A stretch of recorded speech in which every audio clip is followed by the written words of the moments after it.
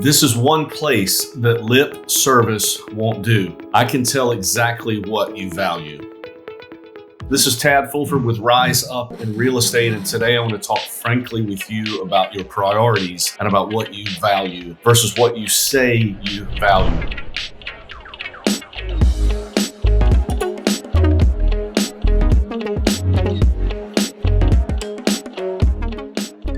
Now, why am I thinking about this today? Well, this time of year, we typically are very involved in business planning. No matter the year we've had prior, we're always talking about, and for some reason, in October, November, December, about how to make the next year so incredibly great. And if you know me at all, you know that for me, the calendar kind of throws us for a loop. For some reason, somebody decided January 1st was a good thing to call the first day of the year. And all year long, we work hard to have a great year. We start early and we finish strong, and for some reason we kind of wrap things up. Like last quarter, we lose our momentum and we stop their business and we start to plan. So the next year, I just kind of wish there wasn't a calendar so that we would work hard all the time. But that's another time for another video. But as we're doing our business planning, if you know me at all very well, you know that I talk about the life you choose, and it comes down to this idea of how much money do we need. This is very simple. This is what it is. How much money do you need to live the life that you want to live? How much money do you need? And then how much time are you willing to spend to make and earn that money so that you have time to enjoy it, other things after that, right? So it's all about time and money. And we talk about what we want to earn and what we want to do. If you follow me very much, you know that we have a plan. We have a very clear plan, daily activities that you can accomplish to make sure that that plan, that outcome is inevitable. Like it's guaranteed to happen. It's going to happen because you've done the studying. You know your conversion rates. You know how many appointments you need to have and who you need to talk to. But there's one thing that often gets overlooked, in my opinion, and that is priorities. Like we say we want something and we're willing to do things, and then we forget when we're doing our business planning to look at what our actual priorities were for the previous year. And I'm going to tell you exactly where to go. There's two places, maybe three, that you can go and look at and find out what your 2025 priorities were. Listen to this video. I shot this at the end of 2025. If you go and look at these three things, you will see what your priorities were. And it'll help you analyze whether or not you did a good job with the things that you said you wanted to do or not. Very simply, look at these three things. Your checkbook,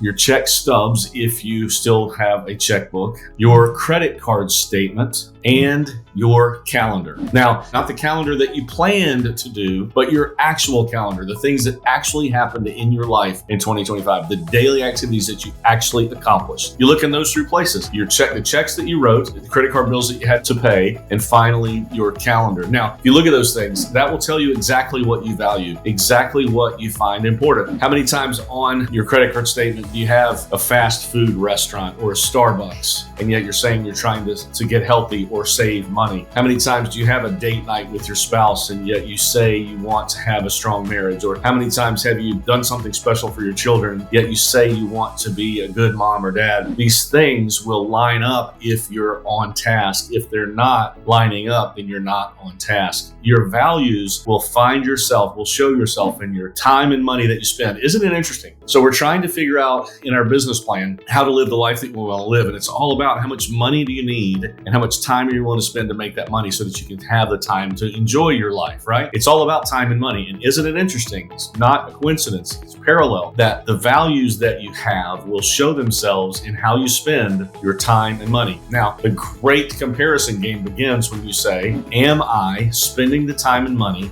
in an effective way, the choices that I'm making so that I can get to have the choices that I want to make in the future. Very, very interesting how those two things are correlated. You actually, if you make good choices along the way, they will influence the choices you get to make in the future. And let me give you a very specific example with physical fitness and wellness. If you choose to, with your time and your money, if you choose to exercise and eat right, and one of your goals for next year is to be physically fit, those things are related. And so when you go into 2026, if you say, I want to be physically fit, I want to be well rested, I want to eat well, then you have to make the choices to spend your money and your time on the things that will affect those outcomes. So today, I want you to take a very good, long, quiet look at your checkbook, your credit card statement, and your calendar, the actual calendar that you did in 2025, and say, no wonder I didn't meet my goals, or yes, I did because I did these things. It should be a very clear analysis. And if you didn't do well, let's do well in 2026. This is Tad Fulford with Rise Up in Real Estate, and I hope today's video helps you rise up.